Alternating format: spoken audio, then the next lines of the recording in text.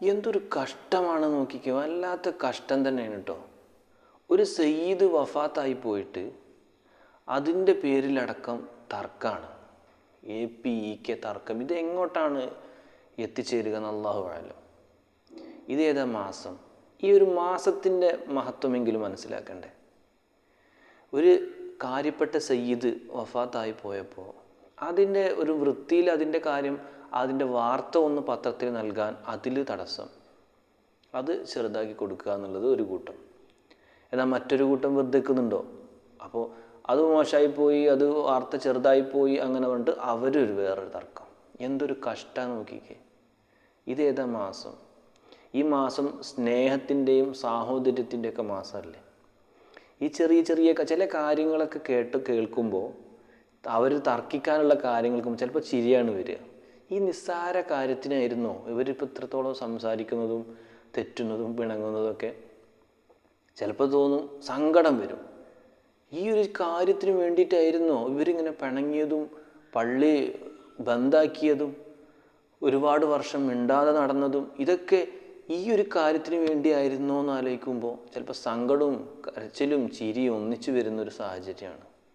എന്തു പറ്റി? ഇതല്ലല്ലോ മുത്തുനബി സല്ലല്ലാഹു അലൈഹി വസല്ലമ തങ്ങളും തിരു സ്വഹാബത്തും ഒക്കെ നമുക്ക് പഠിപ്പിച്ചു തന്നിട്ടുള്ളത്.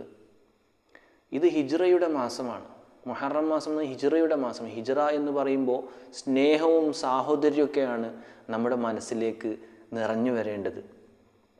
നമുക്കറിയാം, മുത്തുനബി സല്ലല്ലാഹു അലൈഹി വസല്ലമ തങ്ങളെയും സ്വഹാബത്തിനെയും മുസ്ലിം ആയതിൻ്റെ പേരിൽ നാട്ടിൽ താമസിക്കാൻ സാധിക്കാത്തൊരു സാഹചര്യം വന്നപ്പോൾ അവർ പോകേണ്ടി വന്നു. നിങ്ങളൊന്ന് ചിന്തിച്ച് നോക്കൂ. മുസ്ലിം ആയിട്ടാണോ നിങ്ങളിവിടെ ഇന്ത്യയിൽ താമസിക്കേണ്ടതില്ല, കേരളത്തിൽ താമസിക്കേണ്ടതില്ല എന്നുള്ളൊരു സാഹചര്യം വരികയാണെങ്കിൽ എങ്ങനെയായിരിക്കും നിങ്ങളുടെ പ്രതികരണം? ചിന്തിക്കേണ്ടതുണ്ട്.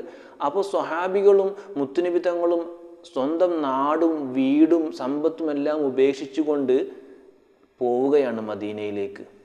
അപ്പം അങ്ങനെ പോകുന്ന സാഹചര്യത്തിൽ അവിടെയുള്ള ആളുകൾ ഇവർ എന്താ വേണ്ടതെന്ന് വെച്ചാൽ അവർ ചെയ്യാൻ തയ്യാറായി അവരെ സ്വീകരിക്കുകയാണ്. വീട് വേണോ? എടുത്തോളൂ.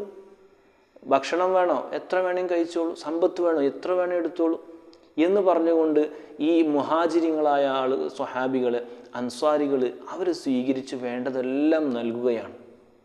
എത്രത്തോളം എന്ന് വെച്ചാൽ ഒരു സ്വഹാബി പറഞ്ഞല്ലോ, എനിക്ക് 2 ഭാര്യമാരുണ്ട്, അതിലൊന്നിനെ വേണമെങ്കിൽ ഞാൻ ത്വലാഖ് ചൊല്ലിയിട്ട് അത് മുഹാജിരിങ്ങളെ ഒരാൾ വിവാഹം കഴിച്ചോട്ടെ. ഇത്രത്തോളം എന്തൊരു സ്നേഹമാണ് സഹോദരങ്ങളെ.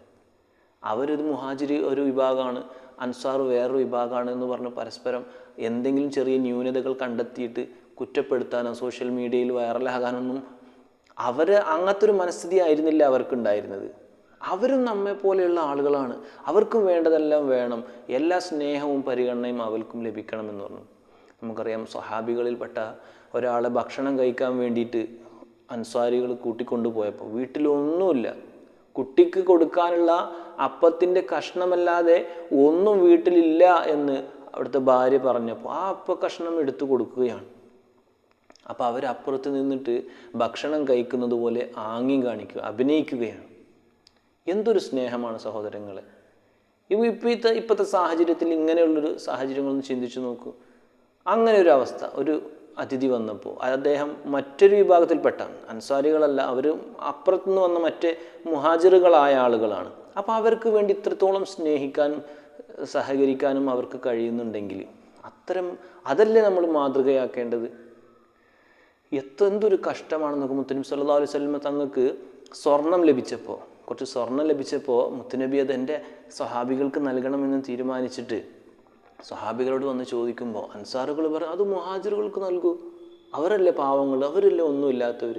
മുഹാജിറുകൾ പറയുന്നു, അൻസാരികൾക്ക് നൽകൂ, അവരല്ലേ പാവങ്ങൾ, അവർക്കൊന്നുമില്ലല്ലോ, അവർക്ക് കൊടുക്കൂ. എന്തൊരു സ്നേഹമാണ്, എന്തൊരു സാഹോദര്യമാണ് സഹോദരങ്ങളെ.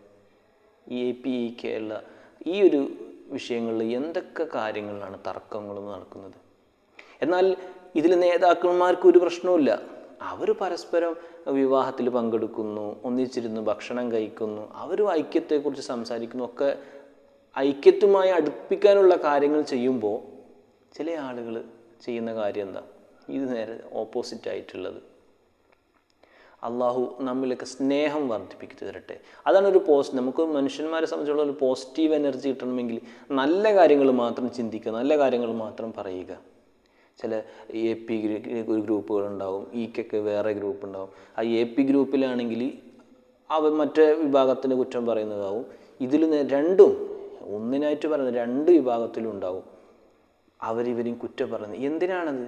നമ്മൾ കുറ്റം അവർ കേൾക്കാതെ അവരെ കുറ്റം പറഞ്ഞുകൊണ്ട് എന്ത് ഉപകാരം? ഗീബത്തിന് മീമത്തിൻ്റെ കുറ്റം കിട്ടുക എന്നല്ലാതെ എന്താ കിട്ടുന്നത്? ഒന്നും കിട്ടാൻ പോകുന്നില്ല. ഒരു ന്യൂനതകളില്ലാത്ത മനുഷ്യരുണ്ടാവില്ല. അത് അവരെ ബോധ്യപ്പെടുത്തി അവരെ സ്നേഹത്തോടെ ഉപദേശിച്ച് അത് രഹസ്യമായി തിരുത്താൻ പറഞ്ഞാൽ അതൊരു പക്ഷേ റെഡിയാവുന്ന കാര്യമായിരിക്കും. അതിന് പകരം സോഷ്യൽ മീഡിയയിലേക്ക് വരിക, അങ്ങനെ ചെയ്തു ഇങ്ങനെ ചെയ്തു അതാണ് ഇതാണെന്ന് പറഞ്ഞിട്ട് എന്ത് കാര്യമാണ്? ഒരു ഉപകാരമില്ല, ഉപദ്രവം മാത്രമേ അതിനെ കൊണ്ടുണ്ടാവുകയുള്ളൂ. പരസ്പരം സ്നേഹിക്കുക, സാഹോദര്യം പുലർത്തുക. ഇതാണ് ഹിജ്റയുടെ മുഹറമിൻ്റെ സന്ദേശം. അള്ളാഹു നല്ല കാര്യങ്ങൾ മനസ്സിലാക്കാനും പ്രാവർത്തികമാക്കാനും അള്ളാഹു തൗഫീഖ് നൽകട്ടെ. അസ്സലാമു അലൈക്കും.